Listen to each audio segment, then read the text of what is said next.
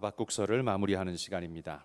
하박국 선지자는 남유다의 운명이 벼랑 끝으로 떨어지기 시작한 그 무렵에 사역했던 인물이었습니다.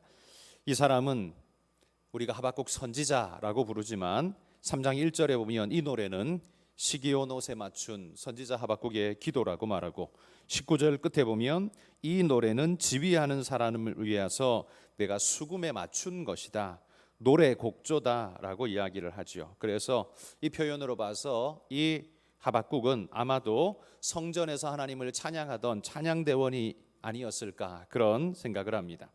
성전에서 하나님을 찬양하며 노래하던 그는 요시야 왕과 함께 성전에서 예배하던 기쁨을 누렸습니다. 성전을 정결케 하고 우상을 척결하며 불신의 요소들을 제거함으로써 유다가 새롭게 되고 하나님의 축복으로 나아갈 거라고 그는 믿고 성전에서 얼마나 기쁨으로 찬양했는지 모릅니다. 그런데 국제 정서에 휘말려 부상하는 이 바벨론을 견제하려고 애굽이 바벨론을 대적하여 출정합니다. 그런데 요시야 왕은 그 출정하는 애굽을 막으려고 군대를 몰고 나갔다가 그 전쟁에서 죽어버렸습니다. 이 얼마나 허망한 일입니까? 게다가 우상 숭배를 척결하고 나라를 새롭게 한 의인 요시야라면 하나님께서 어여삐 봐주셔서 죽음에는 처하지 않도록 도와주셔야 될 것 같은데 그러지 않고 요시야는 이 전장에서 죽어버리고 맙니다. 애굽이 그 요시야의 일 때문에 유다로 내려와서 유다의 내정 간섭을 시작하고 왕을 꼭두각시 왕을 마음대로 세우게 됩니다. 이 얼마나 큰 충격적인 일입니까? 게다가 요시야가 죽고 난 후에 유다 나라는 영적인 소용돌이에 휘말리게 됩니다. 이런 현실을 보면서 이렇게 된 이유가 뭐냐? 그건 그들이 이전에 믿고 따르던 우리의 신들을 버렸기 때문이다. 여호와가 아니라 잡신들이죠. 우상 숭배하던 그 신들을 버렸기 때문에 이런 일들이 재앙이 왔다라고 하면서 신들의 노여움을 받은 결과라고 그들은 떠들기 시작했습니다. 그래서 유다 나라에서 다시금 우상 숭배가 만연하게 일어나게 됩니다. 불의와 패역이 판을 치게 되는 거죠. 이런 일련의 사건을 지켜보는 하박국의 입장에서는 찬양이 흘러나올 수가 없었습니다. 비록 그는 하나님을 찬양하는 찬양대원이었지만 찬양이 아니라 원망과 탄식이 쏟아질 수밖에 없었습니다. 하나님, 왜 이런 겁니까? 라고 그는 외칠 수밖에 없었다는 거죠. 그래서 하박국 1장에 보시면 하박국의 들끓는 심정이 고스란히 드러납니다. 1장을 읽다 보면 하나님을 마치 코너에 몰아붙이고 말이라도 해보라고 윽박지르고 있는 그런 하박국의 모습을 우리가 연상해 볼 수 있죠. 그런데 하나님은 그때에 그냥 멱살을 잡히고서도 아무 말 없이 조용한 것 같습니다. 그래서 하박국이 더 불같이 소리를 지릅니다. 1장 13절에 보면 왜 잠잠하시나이까 그러면서 잠잠한 하나님을 향해 윽박지르고 있습니다. 도무지 가라앉지 않는 마음을 가지고 2장에서는 파수하는 곳에 내가 올라가서 성루에서 내가 지켜보리라. 도대체 뭐라고 말하는지 어떻게 하시는지 내가 보리라. 꺼지지 않는 마음의 불을 가지고 방 안에 잠잠히 앉아서 기다릴 수가 없었습니다. 그래서 성루로 올라갑니다. 뭐라도 사인이 있지 않겠나, 쳐다보고 직접 보고 싶다, 그런 마음으로 불타는 가슴을 안고 성루로 올라갑니다. 그런데 그때 하나님께서 대답하십니다. 이 묵시는 명백하게 실행될 것이다 라고 말하면서 4절에 말합니다. 보라, 그의 마음은 교만하며 그 속에서 정직하지 못하나, 그러면서 책망으로 이야기를 시작합니다. 그럼 여기서 그의 마음, 누구의 마음을 가리킬까요? 그건 하박국이 지금 고소하고 있는 그 패역한 자들 말합니다. 유다 땅 안에 죄와 악을 일삼으며 뻔뻔한 얼굴을 가지고 죄를 일삼고 있는 그들을 가리켜 말하는 거죠. 그들은 교만하고 정직하지 못하지만 하나님 말씀합니다. 의인은 믿음으로 말미암아 살리라. 패역한 죄인들의 삶의 양태가 그런 식이라 할지라도, 그래서 사회의 분위기가 그쪽으로 흘러가서 의인들의 심령이 상처받고 깨지고 조롱받는 그런 고통의 상황에 이르렀다 할지라도 의인은 믿음으로 말미암아 살 것이다. 하나님이 그렇게 강조하고 있습니다. 의인은 믿음으로 말미암아 살리라. 여러분, 이 말씀은 저는 두 가지로 해석이 가능하다고 생각합니다. 첫 번째는 의인은 믿음으로 구원받게 될 것이다 라는 이야기. 바로 바울이 로마서에서 이 구절을 인용하면서 썼던 말이죠. 미래적인 구원, 하나님께서 우리에게 구원을 주실 거라는 이 미래적 구원을 마음에 소망하는 말씀, 의인은 믿음으로써 그 구원에 이르게 될 것이다 라는 소망의 약속입니다. 믿는 자는 비록 현실이 어떠하든지 주님이 오시는 그날에 큰 구원으로 우리에게 안겨주실 것이라고, 그런 믿음으로 구원을 얻게 될 것이라는 말이죠. 그러기에 믿음의 사람들은 오늘 현실이 척박하고 힘겨울지라도 미래 구원을 바라보며 이겨내라, 이렇게 성경이 말씀한다는 겁니다. 우리의 에너지는 바로 하나님의 그 구원 약속, 아직 이루어진 것 같지 않지만 하나님이 분명히 미래적으로 우리에게 주신 약속, 구원하리라, 내가 다시 오는 날 너희를 내가 있는 곳으로 이끌이라 약속하셨던 그 약속이 오늘도 우리 안에 살아 있음을 믿고 소망하면서 오늘을 이겨내는 삶을 사는 거죠. 이게 의인은 믿음으로 말미암아 살리라라는 첫 번째 의미일 겁니다. 두 번째 의미는 아마 의인은 믿음으로 살아가야 한다라는 말씀일 겁니다. 이건 미래적이기보다 현재적인 이야기죠.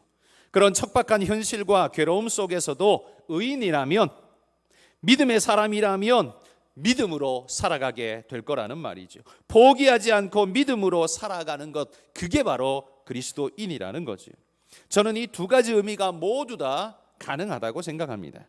그러기에 믿음의 사람들은 공격당하고 힘겨운 오늘을 살면서도 믿음으로 살아야 합니다. 이유는 하나님이 우리에게 미래적 구원을 약속하셨기 때문이고, 또 현재적 믿음의 삶을 살라고 명령하셨기 때문에 그렇습니다. 그게 바로 의인이라고 말하는 거죠. 세상적 수단과 방법에 물들어서 그들처럼 살아가고 있는 건 의인일 수가 없습니다. 그건 하나님이 기대하는 사람의 모습이 결코 아니라는 거죠. 오직 믿음으로 사는 것입니다. 그리고 오직 의인은 믿음으로 구원 얻게 될 것입니다. 그건 하나님의 변함없는 약속이죠. 현재와 미래를 아우르는 신앙의 핵심적 가르침이 바로 이 한 구절 속에 다 녹아 있는 겁니다. 그 중에서 바울은 이 미래적 구원을 인용해서 로마서에서 사용했었습니다. 그러나 저는 이 미래적 메시지뿐만 아니라 현재적인 명령까지도 이 말씀 속에는 강하게 들어있다. 그래서 믿음으로 그리스도인은 오늘을 살고 믿음으로 내일을 사는 것이, 그게 바로 그리스도인이다라는 말씀이죠. 여러분, 하박국서 전체의 구조를 다시 한번 생각해 보십시오. 1장에서 핵심 단어 하나를 뽑아낸다면 저는 이 단어를 뽑고 싶습니다. 잠잠하시나이까. 왜 잠잠하시나이까? 이 단어 속에 하박국의 분노가 들어 있습니다. 그리고 응답이 없는 하나님의 잠잠하심이 표현되어 있습니다. 하나님의 침묵이 1장의 핵심이라고 말할 수 있죠. 그런데 2장에 가면 좀 달라집니다. 2장 20절에 보면 말이 달라졌어요. 잠잠할지니라 명령합니다. 누가 명령합니까? 이건 하박국이 명령하고 있어요. 누구에게요? 모든 떠들고 있는 사람들 뿐만 아니라 자기 자신에게조차도 이렇게 명령합니다. 잠잠할지니라. 여러분, 아까까지만 해도요, 1장에서만 해도 하나님 왜 잠잠하십니까? 그리고 분노했습니다. 그런데 2장에 돌아와서 하나님 말씀을 듣고 하나님 말씀을 깨닫고 나니까 어떻게 바뀌어요? 잠잠할지니라. 멋모르고 떠들었었는데 그 앞에서 잠잠할지라 말씀합니다. 이제는 선지자의 침묵이 오죠. 이건 사실 선지자가 아니라 항거자의 침묵입니다. 1장의 침묵은 답답함이었습니다. 그런데 2장에는 답을 발견하고 하나님 앞에 감히 입을 열 수 없는 유구무원의 침묵을 말하는 겁니다. 그럴 수밖에 없는 거죠. 1장의 분위기에서는 하나님은 답답한 분이고 외면하는 분이고 정의롭다 말하는 것이 다 거짓말처럼 보이는 그런 분위기의 하나님이었습니다. 그런데 2장으로 들어가니까 답을 발견한 이 선지자는요, 부끄러워서 입을 닫았습니다. 자신이 앞에 말했던 게 너무 부끄럽습니다. 주워 담을 수도 없고 더 이상 그런 말로 하나님을 욕되게 할 수 없었습니다. 부끄러워서 뭐라고 말할 수 없는 상황에 고개를 숙이며 말하는 거죠. 잠잠할지니라. 너희들도 잠잠할지니라. 그리고 3장에 뭐가 나타납니까? 3장의 핵심은 찬양이지요. 1장에서 하나님의 침묵으로 인한 울분이 3장에서 하나님을 향한 찬양으로 돌변합니다. 이유가 뭡니까?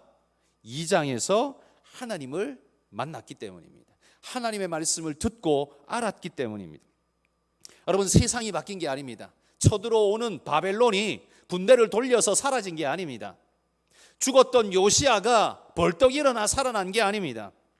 유다 땅에 우상과 패역에 찌들어 있던 백성들이 돌연 옷을 찢고 가슴을 찢고 회개하면서 그렇게 하나님 앞에 나온 게 아닙니다. 세상은 하나도 바뀌지 않았습니다. 패역한 자들은 여전히 패역하고 의인은 여전히 고통받고 있고 갈대아 사람들은 여전히 우리를 향해 몰려오는 그 기운이 감돌고 있는 그런 여전히 일장과 똑같은 현실입니다. 현실의 문제는 한 가지도 변한 게 없는데 선지자의 심령 속에서 새 세상이 창조된 것처럼 완벽하게 그의 심령 속에서 변화가 일어났습니다. 무엇 때문에요? 하나님의 말씀 때문에요. 여러분, 이게 바로 구원 아닙니까? 구원이, 여러분이 구원받을 때 현실의 문제가 바뀌어졌기 때문에 여러분이 예수 그리스도를 주로 고백하고 믿음에 이르렀습니까? 아니지 않습니까? 문제는 그대로였습니다. 눈물은 그대로인데 내 심령에 하나님의 말씀이 들어오니까 내가 바라보는 세상이 달라지기 시작하고 그 세상을 해석하는 나의 이해가 달라지다 보니까 세상을 바라보는 내 모든 안목들이 바뀌어지게 되어버렸습니다. 세상은 그대로 분유한데 나의 심령은 고요를 맛보며 주님을 맞이하고 있다는 겁니다. 이게 바로 구원의 역사라는 말이죠. 세상 사람들은 말합니다. 여전히 세상은 패역하고 여전히 죄악들은 득실거리고 정권은 타락했고 그런데 너희는 뭐 하느냐 이렇게 말할 수 있습니다. 그런 건 구원이 아니다 이렇게 말할 수 있습니다. 그러나 여러분, 구원이 어디에서부터 출발합니까? 사회 정의에서부터 출발합니까? 그래서 정권에서부터 출발합니까? 그래서 사회 복지에서부터 구원이 출발합니까? 사실 그렇지 않습니다. 구원은 우리의 심령에서부터 출발하고 구원 얻은 심령이 세상 속에서 섬김과 사랑을 베풀므로 세상 속으로 구원이 퍼져나가는 겁니다. 구원이 세상 속에서 시작해서 내게로 오는 게 아니라 내 심령 속에 구원이 일어나고 그 은혜의 심령이 세상으로 퍼져나간다는 겁니다. 여러분, 교회 안에는 사회의 부조리에 대해서 불같이 일어나 뒤집으려는 이들이 늘 있어 왔고 지금도 있습니다. 저는 그들의 분노, 그들의 분냄이 이유 없지 않다라고 생각을 합니다. 근데 그들이 가끔씩은 마치 자신들이 세상에 가장 의로운 자처럼 행동하고 말을 할 때가 있을 수 있죠. 사회 부조리를 강하게 질타하다 보면요, 여러분이 지금 세상 돌아가는 모든 역사와 이 정치꾼들의 정치하는 모습을 살펴보시면 아시겠지만 늘 데모하는 사람들은 어떻습니까? 자신이 부르짖는 말에 자신이 완전히 사로잡히고 세뇌돼서 자신에게는 죄가 없는 완전히 순수하고 무결한 존재인 것처럼 소리 지르기 일쑤입니다. 늘 그렇죠. 자신의 죄는 전혀 없는 사람처럼 늘 우리는 부르짖습니다. 물론 세상의 죄에 대해서 부르짖는 자가 필요합니다. 그렇지 않다면 세상은 바뀌지 않을 테니까요. 그런 의미에서 부르짖는 자는 반드시 있어야 합니다. 그런데 부르짖을 때 마치 자신은 완전히 하늘에서 떨어진 천사인 것처럼 부르짖는 건 사실 적절하지 않습니다. 우리 안에 있는 들보를 보며 남의 눈에 있는 티를 빼도록 말할 수 있는 우리의 모습이어야 합니다. 그런데 자신 안에는 아무것도 없고 남에게만 문제가 심각한, 남에게는 들보가 있는 것처럼 그렇게 늘 분통을 터뜨리는 그런 사람들이 늘 여전히 많죠. 여러분, 그들이 완전히 잘못됐다, 완전히 의롭다 이렇게 말할 수는 없을 거라고 생각을 합니다. 그들은 교회 안에서 여러 가지 사회의 부조리와 뿐만 아니라 교회 안에서 일어나는 여러 가지 부조리들을 바라보면서 그들은 분노를 터뜨리며 이렇게 말합니다. 교회가 이러면 안 되지, 이대로 잠잠히 있어서는 안 되지, 혹은 이런 짓을 해서는 안 되지. 그러면서 이 두 가지 의미를 다 담고 교회는 그러면 안 되지 소리치며 뒤집어 엎으려 합니다. 그러면 그 이야기를 듣는 우리 성도들은 어떻습니까? 그들이 하는 말이 다 틀린 말은 아니니까, 그래도 맞는 구석의 말들을 하고 있으니까 쭈뼛쭈뼛 아무 말도 못하고 그냥 그렇게 하고 있습니다. 여러분, 삶의 부조리에 대한 우리의 원망과 탄식은 잘 돌아보십시오. 어떨 때는 이 하박국처럼 우리가 분노하고 있을 때가 있습니다. 어떤 모습입니까? 나는 보는데 하나님은 왜 못 보십니까? 나는 불이 나는데 하나님은 왜 잠잠하십니까? 뭔가 지금 해야만 하는 때인데 왜 하나님은 아무것도 안 하십니까? 그러면서 이런 하나님이라면 나는 믿지 않겠습니다. 이따위 교회라면 나는 교회 다니지 않겠소 라고 선포하면서 교회를 떠나버리는, 그래서 우리가 일명 가나안 성도라고 부르는 이들이 많습니다. 가나안 성도들 중에요, 신앙 자체를 완전히 떠나버리는 사람 말고 자기 안에는 나름의 신앙이 있다라고 말하면서 교회 오는 건 거부하는 가나안 성도들의 많은 부분, 많은 사람들은 이런 케이스로 하나님이나 교회의 실족에서 교회를 안 나가는 이들이 꽤 많이 있죠. 저는 이런 분들이 하박국의 1장에 머물러 있는 사람들이 아닌가 생각을 합니다. 하박국의 분노가 이유가 없는 게 아니지 않습니까? 하박국의 부르짖음이 그 말이 틀린 건 아니잖아요. 그 말이 맞고 합당한 의로운 분노를 하고 있고 우리는 그것에 대해 귀를 기울일 필요가 있습니다. 그런데 그 분노를 폭발하다 보면 자기가 폭발해야 할 분노의 게이지 이상으로 올라가서 자기가 자기를 주체 못하는 폭발 상황에 이르러 있는 것을 보게 됩니다. 그러니까 자기 자신이 폭발해버리는 모습을 보죠. 죄에 대해 분노가 아니라 그걸 넘어서서 그냥 자기 자신이 파괴돼 버리도록 분노하고 있는 사람들을 자주 보게 된다는 겁니다. 그게 바로 1장의 하박국이라는 말입니다.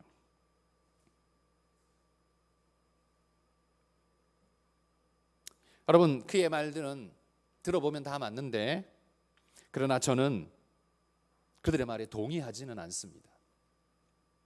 그래, 그러면서 나는 그들과 함께 그 자리에 불쑥 동참하고 하지는 않습니다. 말은 맞는데 나는 거기에 동의가 안 됩니다. 그럴 때가 훨씬 더 많습니다. 하박국의 원망과 답답함이 어디에서 왔는가를 여러분 한번 짚어보십시오. 교회 안에서 일어나고 있는 그들 생각해서 지우시고 하박국으로 들어와 보십시오. 이 하박국이 원망과 답답함을 1장에서 지금 막 퍼뜨렸는데 그 답답함은 어디에서 온 것인가를 여러분 한번 깊이 새겨보십시오. 제가 한번 질문해 보겠습니다. 하박국의 분노는 사회의 부조리에서부터 온 것입니까? 사회의 부조리를 보면서 지금 분노하는 겁니까? 아니면 그 부조리에 대한 하나님의 잠잠하심, 하나님의 침묵에 대해서 지금 분노하고 있는 겁니까? 그러니까 하박국의 원망과 답답함의 이유는 사회 때문인가 아니면 하나님 때문인가 라고 묻는 것이라는 거죠. 여러분, 답을 뭘 하시겠습니까? 근데 3장으로 들어가 보면 똑같은 현실, 똑같은 상황, 똑같은 문제, 똑같은 자기 입장 속에 있으면서 영 엉뚱한 소리를 합니다. 3장에는 1장의 하박국이 아니에요. 3장에는 완전히 딴 사람 하박국이 되어 이야기하고 있습니다. 도대체 뭡니까? 그러면 하박국이 분노했던 건 사회 때문이었습니까? 아니면 하나님 때문이었습니까? 하박국은 그 질문의 답을 2장에서 말합니다. 이 사실은 문제가 거기 있었던 게 아니라, 문제의 촉발은 거기에서 시작되었을지 몰라도 진정한 하박국의 문제는 부패한 사회나 잠잠하신 하나님께 있는 게 아니라 그 하나님을 잘 알지 못하는 자신의 무지에서부터 시작되어졌다는 겁니다. 한 치 앞도 내다보지 못하는 인간 주제에 하나님을 향해 삿대질을 하며 뭘 하고 있냐고 난리를 칩니다. 자신도 여전히 죄 속에 허덕이면서 저 죄인들이라고 지적하며 부르르 떨고 분노하고 있는 그의 모습을 봅니다. 그런데 그랬던 그가 2장으로 들어가면서 뭐라고 말합니까? 2장 끝에 넘어가면서 하나님은 이 모든 계획을 다 짜놓고 진행하고 계셨구나. 그분 앞에 잠잠할지니라. 그 진행이 지금 자신의 눈에 보이지 않는 것 같을 뿐이지, 갈대아의 군대가 기병을 앞세우고 보병들의 오와 열을 맞춰서 지축을 울리는 소리와 함께 몰려오고 있다. 하나님의 이 말씀을 딱 듣는 순간 그는 이 죄에 대해서 하나님이 침묵하고 무관심하고 외면하신 게 아니구나라는 사실을 확실히 깨닫게 됩니다. 하나님이 말씀합니다. 1장 6절에 보면 내가 갈대아 사람을 일으켰나니 이렇게 말합니다. 이 죄에 대해서 내가 침묵하지 않는다 라고 말하는 거죠. 그런데 하박국은 이것 때문에 또 놀랍니다. 왜요? 아무리 유다 백성이 패역해도 그래도 저 갈대아 사람보다는 나을 텐데 어떻게 더 흉악무도하다고 말할 수 있는 갈대아 사람을 들어서 이 선민인 유다 민족을 심판하신단 말입니까? 그것 때문에 또 놀라는 겁니다. 여기 하박국의 놀람 속에는요, 유대인의 선민의식이 잔뜩 깔려 있는 거죠. 아무리 죄를 지어도 갈대아인들보다는 낫지 않은가라는 생각이 그들 안에 깔려 있다는 거죠. 그러면 그들 갈대아인의 죄는 어떡할 것입니까? 그러자 하나님이 뭐라고 말합니까? 2장 16절에서 하나님은 답을 하셨습니다. 여호와의 오른손의 잔이 네게로 돌아올 것이라. 그 갈대아인에게로 돌아갈 거라고 말합니다. 오른손의 잔 뭐겠습니까? 진노의 잔입니다. 하나님께서 진노하시는 그 진노의 잔이 그들에게로 돌아갈 것이라고 말합니다. 그러니까 하나님의 심판을 지금 이야기하는 거지요. 그러니까 여러분 이 1장과 2장의 그림, 하박국이 분노하면서 하나님 앞에 외쳤습니다. 그랬더니만 하나님이 그림을 딱 2장을 보여주십니다. 원래는 한 장인데 한 장에 딱 그림이 뭐냐 하면 패역을 일삼고 있는 유다 백성들 앞에 저 멀리 흙먼지를 잔뜩 일으키며 군대가 말발굽 소리를 지축을 울리면서 막 몰려오고 보병들이 창을 뽑아들고 발소리를 맞춰서 촥촥촥촥 맞춰서 자기들에게 쫓아오고 있는, 눈에 불을 품고서 쫓아오고 있는 갈대아인들을 보여주고 있습니다. 이 그림, 이게 첫 번째 그림이죠. 이 첫 번째 그림은 유대인들이, 이 패역한 유대인들이 하나님 앞에 반드시 심판을 받게 될 것이라는 사실, 그런데 심판의 도구가 갈대아인일 거라고 말합니다. 그러자 하박국이 분노했잖아요. 어떻게 더 악한 자가 덜한 자를 심판합니까? 그랬더니만 하나님이 그림을 옆으로 쭉 더 느려서 보여줍니다. 그 그림 쭉 느리고 보니까 뭐예요? 그 갈대아인 뒤에 주님께서 말을 타시고 천구 천사를 호령하면서 그 갈대아인을 심판하려고 또 몰려오고 있는 그림이 그 뒤에 그려져 있는 거죠. 그러니까 패역한 유다 백성을 심판하러 갈대아인이, 그 갈대아인의 죄악을 심판하러 하나님이 마치 그런 그림을 지금 이 하박국서에서 이 하박국에 하나님이 보여주고 있는 것 같다는 거죠. 여러분, 앞에 질문했던 하박국의 원망과 답답함이 무엇에서 왔는지 저는 그렇게 물었습니다. 하나님의 침묵과 외면과 무능에서 하박국의 원망과 분노와 답답함이 왔습니까? 아닙니다. 하박국은 나중에야 깨닫습니다. 그건 하나님의 침묵 때문에 내가 분노한 게 아니었구나. 그건 하나님의 뜻을 알지 못한 나의 짧은 생각이 나를 분욕해 했구나. 하나님을 알지 못하는 하박국의 무지에서부터 이 분노가 왔다는 사실을 스스로 깨닫게 되는 거죠. 하나님의 역사가 지금 보이지 않는다고 해서 없는 것이라고 생각하는 그 악을 버리라는 말이죠. 빠락빠락 악을 쓰고 있는 그 하박국의 모습, 자기는 말합니다. 나는 의롭게 행하고 하나님의 백성답게 행하고 나는 말씀대로 행하고 지금 나는 그러고 있지 않습니까? 그러면 하나님, 당신은 여기에 답을 해보십시오. 지금 하박국은 그렇게 하나님의 멱살을 부여잡듯 그렇게 말하고 있다는 거죠. 그러다가 자기 자신을 깨닫죠.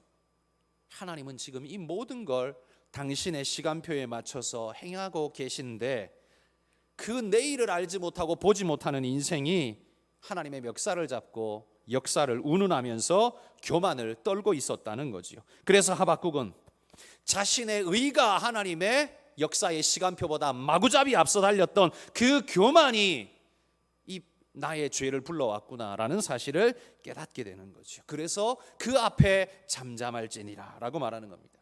네가 말하는 게 말 자체가 틀린 게 아니야. 그런데 너는 지금 하나님의 계획과 그 뜻을 전혀 모르고 너 자신의 의에 사로잡혔어. 그 의의 기분에 충만해서 분노한다랍시고 그렇게 떠들고 있지만 잠잠히 하나님의 역사를 바라봐라.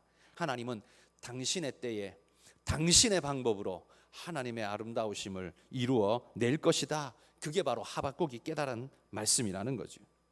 하나님의 계획이 있음을 믿지 못하고 기다리지 못했던 하박국의 불신에서부터 하박국의 분노가 왔다는 겁니다. 물론 사회의 폐역 때문에 분노했습니다. 그것에 대한 침묵 때문에 분노했습니다. 그런데 그거보다 사실 더 근본적인 원인은 하나님을 제대로 믿지 못하고 기다리지 못하고 신뢰하지 못한 자신의 의가 더 앞서버린 자신의 교만, 하나님을 믿고 기다리지 못한 자신의 불신, 이런 것들이 하박국의 분노를 촉발시켰고 자신은 정당하다라고 생각하게 만들었다는 거지요.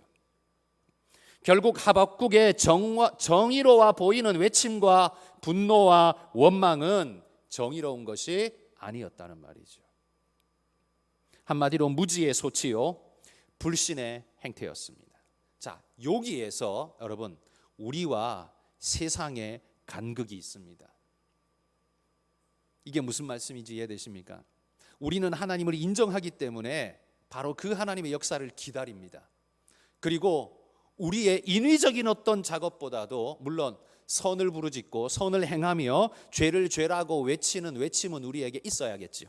그러나 우리의 인위적인 어떤 우리의 분노를 폭발시키면서 그 분노 게이지 이상으로 우리가 뭔가를 하려고, 그래도 우리는 정당하다라고 말하는 그러한 분노에 사로잡힌 마귀의 종노릇하는 그런 모습으로 우리가 하지 않는 이유가 뭡니까? 하나님의 역사를 믿기 때문이죠. 근데 세상은 어떻습니까? 하나님 자체를 믿지 않기 때문에 자기가 해야만 정의가 다가오는 겁니다. 자기가 하지 않으면 정의는 저 멀리 도망가는 겁니다. 그래서 자기가 정의를 세우려고 혈안이 됩니다. 그런데 여러분, 인생이 정의를 제대로 세운다고 세워집니까? 하지 말라는 소리는 아닙니다. 그러나 자기가 하는 건 모두 정의이고 남이 하는 건 모두 잘못인 것처럼, 일명 정치권에 많이 쓰이는 말 내로남불처럼 우리는 늘 그렇게 생각하잖아요. 왜? 나는 이런 기초에서 지금 이거 하고 있어. 그러니까 여기에서 당신이 보기에 혹여라도 조금 삐끗하고 좀 오버하는 모습이 있더라도 동기가 순수하기 때문에 그 오버되어진 것까지 순수로 받아줘야 돼. 여러분, 이게 지금 오늘 시대, 우리 시대의 주장입니다. 근데 그게 자기가 아니라 반대편에서 보면 어떻습니까? 그건 완전한 오버죠. 자기는 자기의 베이스가 이해가 되니까 지금 그렇게 말하고 있을지 모르지만 반대편에서 보면 그거야 완전 오버죠. 그러니까 반대는 또 거꾸로 말을 하는 겁니다. 그게 아니라 이만큼 가야 돼라고. 그래서 서로 지지고 볶고 맨날 그렇게 싸울 수밖에 없는 현실이죠. 그게 사실 인생 아닙니까? 연약한 인생. 그러나 그들과 그리스도인의 차이가 뭡니까? 그러다 보니 세상이 우리를 볼 때, 그리스도인을 볼 때는 너무너무 답답할 수밖에 없습니다. 왜? 우리는 하나님을 기다리고 하나님의 뜻을 묻는 과정을 가지고 있는데 그들은 이것이야말로 비겁함이고 종교 애로의 도피이고 거짓에 대한 굴복이라고 생각을 하는 거죠. 그러다 보니까 가장 비겁하고 비열한 존재, 자기는 의롭다 정의롭다라고 말하지만 정작은 사건과 상황 속에서 가장 비겁한 존재로 전락하는 존재들이다, 이렇게 볼 수밖에 없는 거죠. 여러분, 구조 자체가 그렇습니다. 믿는 자와 믿지 않는 자의 하나님을 신뢰하고 신뢰하지 않는 그 차이가 얼마나 큰가를 보십시오. 행동하는 반응이 달라지고 반경이 달라지는 겁니다. 믿지 않는 자들은 믿는 자를 이해할 수 없습니다. 왜? 전제 자체가 완전히 다르기 때문에. 그 다른 전제 속에서 이루어지는 모든 건 하나부터 열까지 다를 수밖에 없습니다. 그래서 그리스도인과 비그리스도인의 보폭을 같이 맞춰서 함께 가자 불가능한 겁니다. 우리가 그들에게 사랑으로 용납하고 사랑으로 품어주고 기다려주고 인내하는 것이 많아져야 할 뿐이지, 여러분, 그들이 하나님을 향한 신뢰와 신앙을 가지고 우리처럼 기다려주고 이런 일 절대 못하지요. 그래서 여러분, 그리스도인이 세상 사람들이 말하고 부르짖는 그 정의와 그 방법과 그 방식대로 그대로 따라가려고 하는 사람은 신앙을 잃어버릴 확률이 굉장히 점점 높아지는 겁니다. 왠 줄 아십니까? 근본이 다르고 베이스가 다르기 때문입니다. 그거 따라가려면 이 베이스를 거부해야 됩니다. 하나님이 살아계시고 하나님은 전능하시고 하나님은 역사하신다. 이 베이스를 지워버려야만 저들하고 보폭을 맞출 수 있습니다. 여러분, 하나님을 지우고 그들과 보폭을 맞추시겠습니까? 그렇게 따라가겠습니까? 아니요. 우리는 그래서 그들과 전혀 안 맞는다, 맞추면 안 된다, 그런 말이 아니라 우리는 그들과 다른 해법을 제시할 수밖에 없고, 그들이 볼 때 우리는 그렇게 보일 수밖에 없다는 겁니다. 그렇기 때문에 그렇게 보이는 그 현상을 부끄러워하지 마십시오. 그걸 부끄러워하니까 안 믿는 사람처럼 하려고 늘 신앙을 숨기고 그들처럼 하려고, 그래야 정의인 것처럼 그렇게 자기를 자꾸만 바꿔가는 겁니다. 여러분, 그들이 부르짖는 정의의 방식이 정말 정의입니까? 불의에 대해서 항거한다는 그 명목 자체 그 하나만으로 가능합니까? 돈 버는 건 좋은 일이야, 틀린 말은 아니죠. 근데 이게 어떻게 되면 틀립니까? 선을 넘어가면 틀리는 겁니다. 수단과 방법이 잘못되면 틀리는 겁니다. 돈 버는 건 좋은 일이야, 맞죠? 틀린 말 아니죠. 근데 그게 선이 있는 겁니다. 그 넘어가면 죄가 되고 악이 되고 파괴가 되고 공멸이 되는 겁니다. 우리가 정의에 대한 분노와 또 정의에 대한 부르짖음이 필요합니다. 늘 그리스도인은 교회 속에 쏙 숨어버려 가지고 그게 늘 문제였죠. 그건 회개해야 됩니다. 죄에 대해서 한마디도 할 줄 모르는 벙어리들, 그거는 회개해야 될, 우리의 회개해야 할 요소이지. 그러나 자신의 분노 폭발을 여기 1장의 하박국처럼 그런 식으로 하나님의 멱살을 지켜 잡고, 하나님까지 멱살을 잡고 쥐고 흔들면서 당신이 하나님이라면 나는 안 믿겠소, 정의롭지 않아 라고 말하는, 그것을 정의라고 생각하는 오늘 시대의 사람들처럼 우리는 늘 그런 식으로 하박국 1장처럼 살아가면서 그걸 정의라고 생각하고 싶어하는 우리의 모습, 사실 그건 죄에 휘말려 살고 있는 사람보다는 훨씬 나아 보이지만, 그러나 여러분, 그 자체도 또한 온전치 못하다는 겁니다. 그래서 하박국 2장 20절에 하박국은 이렇게 말하지 않습니까? 오직 여호와는 그 성전에 계시니 온 땅은 그 앞에서 잠잠할지니라. 하나님 어디 계십니까? 안 계십니까? 안 보십니까? 안 하십니까? 그랬는데요, 하나님은 영원토록 언제나 역사 그 하시던 그 방식 그대로 지금도 성전에 계시며, 그분은 그곳에서 역사하고 계시며 그 거룩을 우리에게 쏟아부어 주시고 계신다. 그게 하박국이 깨달은 거죠. 하나님이 안 하고 계신 게 아닙니다. 하고 계신 겁니다. 그런데 그분은 성전에 계시니 그 영광과 그 아름다움을 하박국은 그렇게 노래하죠. 그런 사실을 보게 된 하박국은 노래하게 됩니다. 이제야 비로소 원망과 불평으로 꽉 막혔던 그의 심령이, 아까 처음에 제가 뭐라 그랬습니까? 하박국은 선지자이기 전에 뭐였다고요? 찬양대원이었다고. 하나님을 찬양하는 찬양대원이었다고. 그런데 찬양이 안 나옵니다. 왜? 하나님에 대한 곡해와 오해 때문에 찬양이 꽉 막혀버렸습니다. 안 나와요. 그런 하나님이라면 안 믿겠습니다, 뭐 이런 상태까지 막 치닫고 있는 거지요. 그런데 2장에서 이 막혔던 것이 뻥 하고 뚫렸습니다. 그랬더니만 3장에서 뭐가 쏟아집니까? 찬양이 콸콸콸콸 쏟아지고 있는 겁니다. 진짜 찬양을 할 수 있게 된 것입니다. 나의 입에 입각하여 원망과 불평밖에 없던 하박국은 사라졌습니다. 진정한 찬양대원 하박국으로 거듭난 거죠. 여러분, 우리는 현실 분석을 철저하게 함으로써 답을 찾을 수 있다. 그렇죠? 현실 분석을 철저하게 해야 원인 분석이 정확하게 되고, 원인이 정확히 분석되어야 처방책이 내려질 수 있습니다. 그러나 여러분, 우리가 분석한 원인에서 답이 다 나옵니까? 그리스도인은 그렇게 생각하지 않습니다. 그 속에서 답이 나올 때도 있지만 그리스도인의 궁극적 답은 어디서 나옵니까?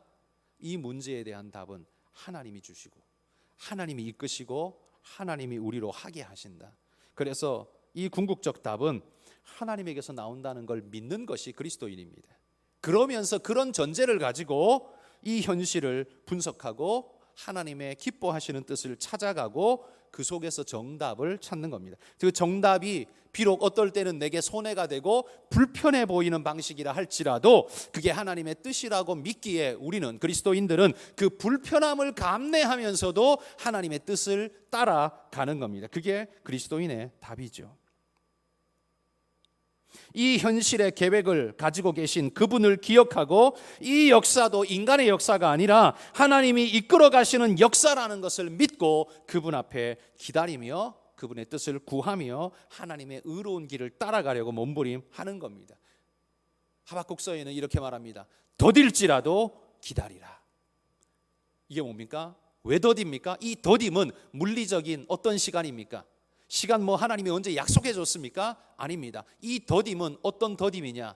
자신이 정한 시간, 내가 작정한 시간, 내가 답답한 마음에 정해놓은 시간, 그 시간입니다. 그 시간에 안 오면 하나님은 없는 거야. 하나님은 거짓이야. 우린 종교에 다 속았어. 종교는 역시 아편이야. 이런 말을 막 쏟아내는 거죠. 정말 그렇습니까? 아니라는 겁니다.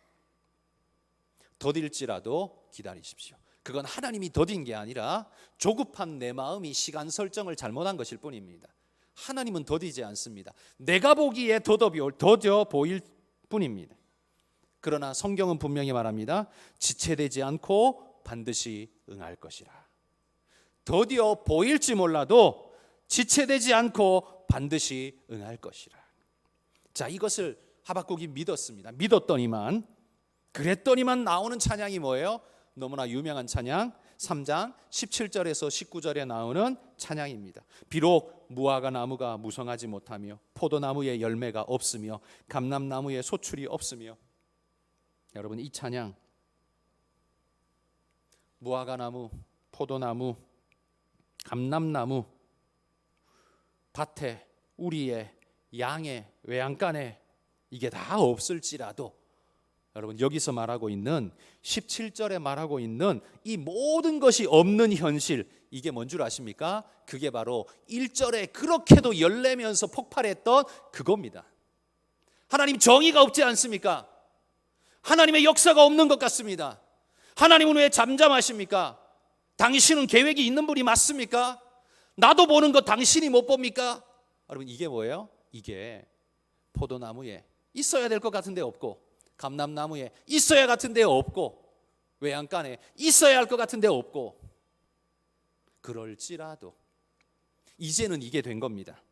예전에는요 이게 없을지라도 이게 안 됐어요. 없으니까 막 소리 질렀어요. 하나님 멱살 잡고 흔들었어요. 그런데 지금 어떻게 해요? 그럴지라도 18절이 나오는 거죠. 나는 여호와로 말미암아 즐거워하며. 마치 현실 도피적인 존재처럼 보입니다. 그러니까 세상 사람들이 그리스도인을 보면 언제나 현실 도피자, 비겁한 자로 보일 수밖에 없죠. 왜? 자신은 뭘 안 하고 늘 하나님만 쳐다보고 앉아서 아무것도 안 하니까 그렇게 보입니다. 그런데 이게 그렇게 보일지도 모르지만 그건 오해입니다. 하나님의 역사의 때를 기다리며 하나님이 내게 명령하시는 그 순간 그리스도인은 늘 가장 무서운 힘으로 일어났었습니다. 로마 제국이 그 미력해 보이는 그리스도인들을 다 집어삼키려고 할 때, 여러분 로마의 제국이 세상의 모든 나라를 짓밟았지만, 물론 지금에서 보면 뭐 지중해 변 쪽의 이야기에 국한된다라고 말하지만 그 당시에는요 그게 세계 전부였거든요.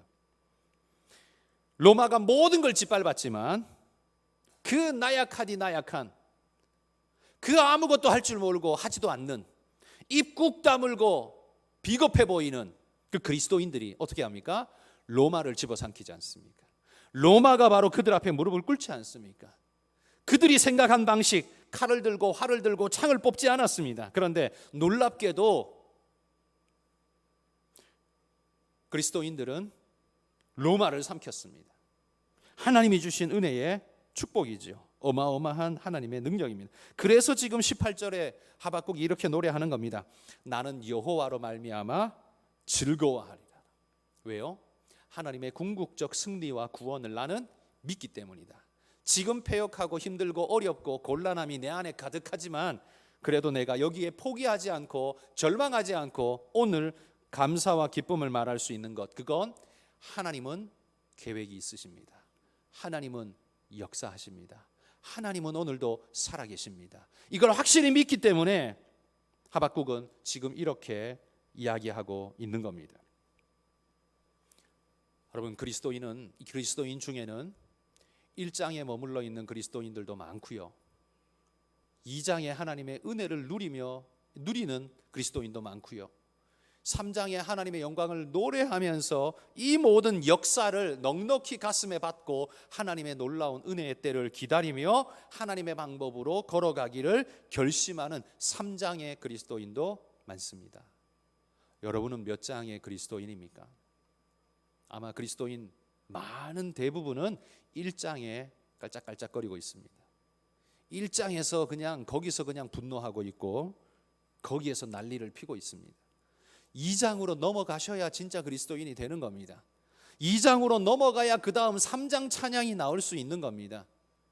2장이 없으면 3장은 있을 수가 없어요. 1장에 있는 사람은 찬양이 안 나와요. 하박국에서 찬양이 사라졌잖아요. 찬양 대원이면서도 불구하고 찬양이 사라졌잖아요. 1장에서는 찬양이 안 나옵니다. 2장에 하나님을 알아야, 그래야 세상과 하나님 속에 그리스도인이 조화로운 신앙을 고백할 수 있는 겁니다. 우리들 교회 안에 정의를 부르짖으며 하박국처럼 외쳐대는 분들은 그 정의로움을 삶에서도 잘 지켜가시기를 축복합니다. 그러나 내가 왜 이렇게 분노하고 있는가를 질문해 보십시오. 제가 하박국에게 질문했던 것처럼 이 분노의 근거는 어디에서 왔는가? 사회의 부조리인가? 하나님의 침묵인가?